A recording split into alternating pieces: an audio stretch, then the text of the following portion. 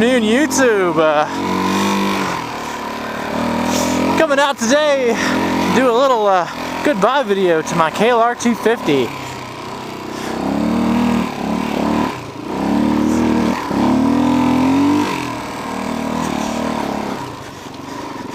You might ask, why am I having a goodbye video for my KLR 250? Well, that would be a good question with a very simple answer.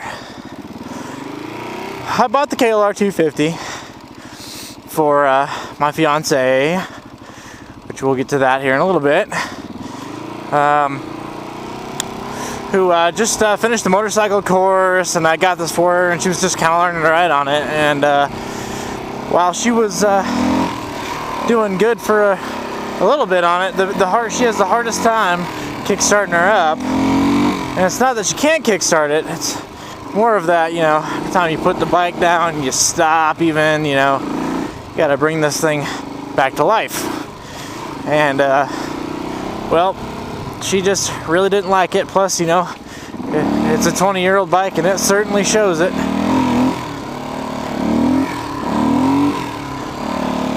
So, she wanted something different. So, I want to be selling this and starting to look for another bike for her.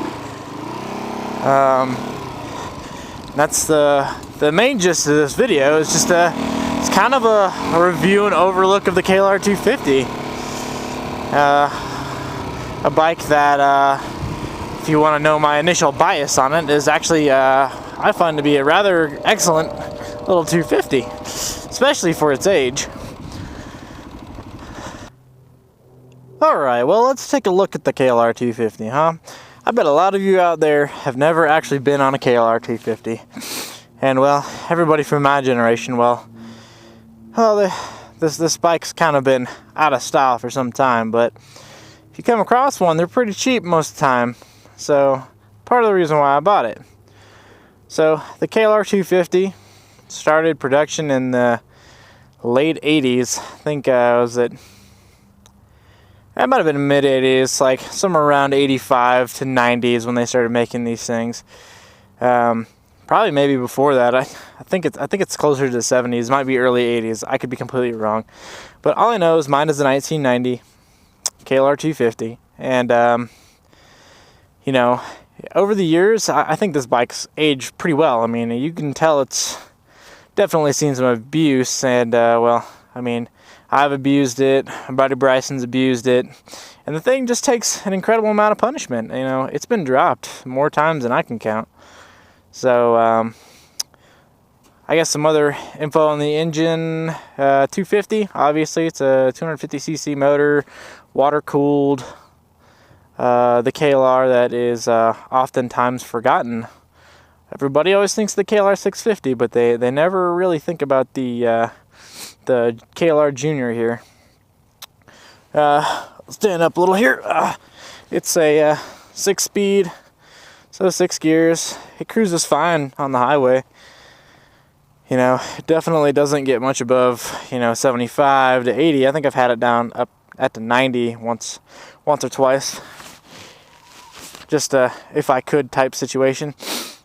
And it's done. It's done pretty good. My original plans for this bike was to fully restore it, so if Shawnee liked it a little bit better, I'd just keep it, and I'd put a new clutch cable, new new throttle cables.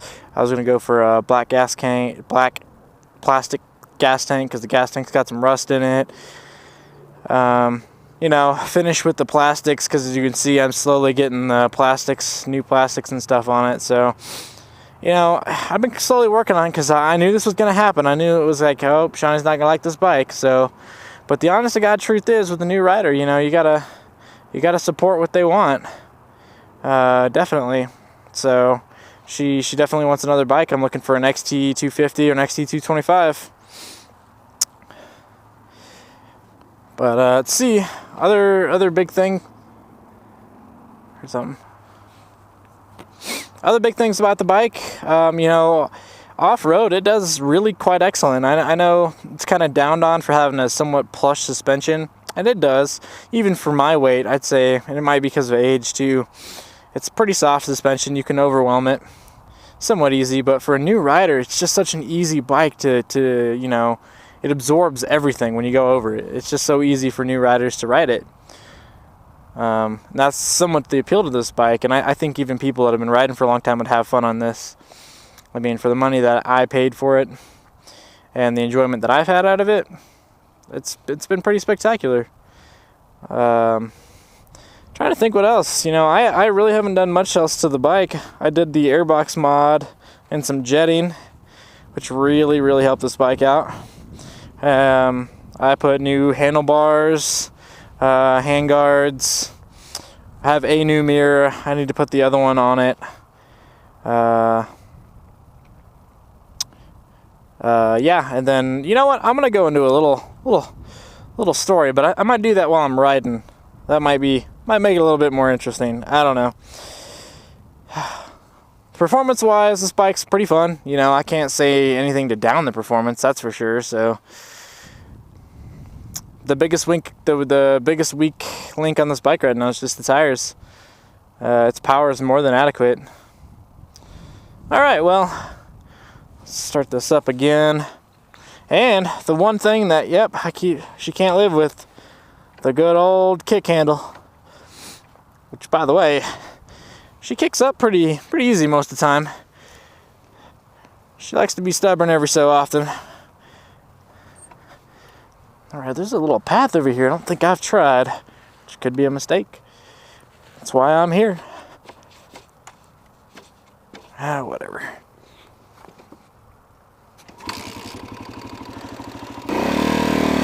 Oh, that was a mistake. Alright, well,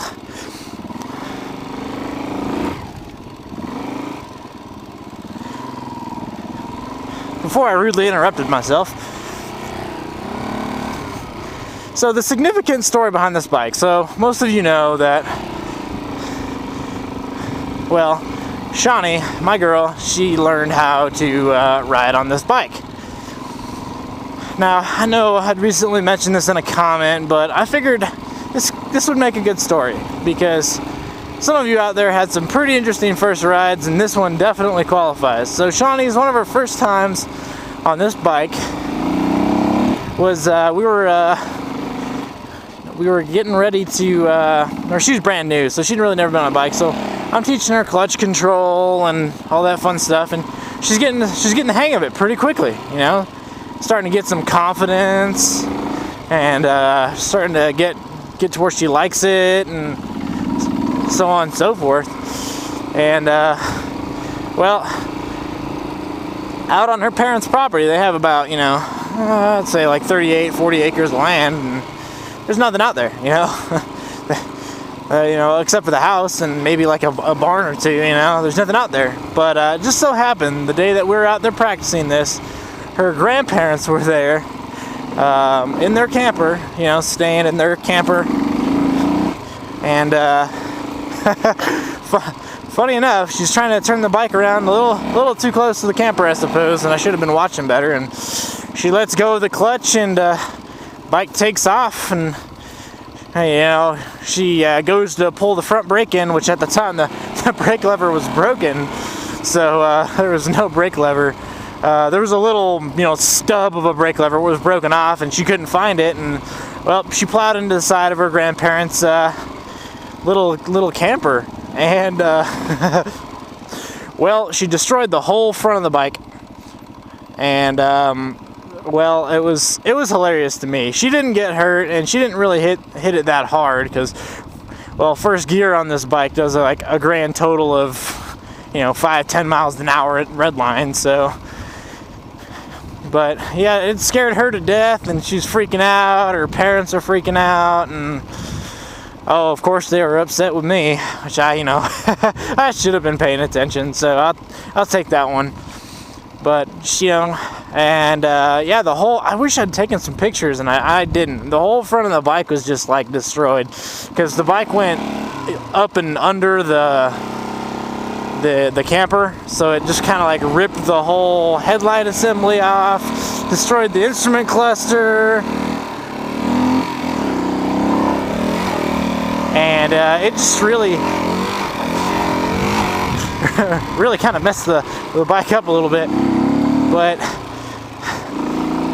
I told Shawnee, I was like, you know, accidents will happen, and you know, my first experience with my DRZ, I laid it down in the parking lot, so. But I told her, you know, no big deal, you know, everything can be fixed. And now I told her grandparents, I was like, well, the bike's insured, so we can fix the one little tiny hole that it put in your camper, which it did. It put a little hole in that camper. But, you know, it was pretty funny, you know, and looking back at it now, you know, Shawnee's still a little sore about it, and she'll probably be mad that I told the whole world that she crashed a bike into the side of a camper. But you know what? Come on now. I still love the girl. You know, I tell you guys, if you can let a girl destroy one of your motorcycles and you still love her, she's a keeper. But you know, otherwise, she got back on the motorcycle after I fixed it. Took me a week or two to get all the parts. My buddy Bryson put the whole thing back together, and you know, good as new. Parts were pretty cheap. I think I paid a grand total of like maybe $200. Oh fuck! Not a DRZ. Does not have the low end of a DRZ. Oh, should have sped up.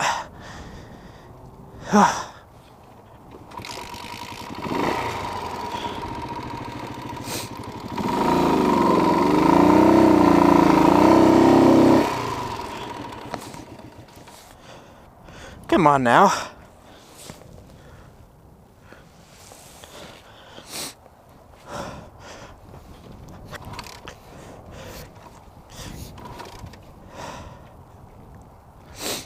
Don't tell me I'm out of gas. As I was saying, it cost me about $200 to rebuild this bike.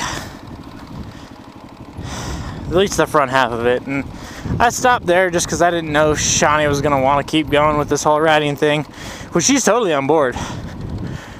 That motorcycle class, she did an excellent job and she wants more. So I will encourage this bad habit by further getting her another motorcycle. Man, it's a nice view from here, isn't it?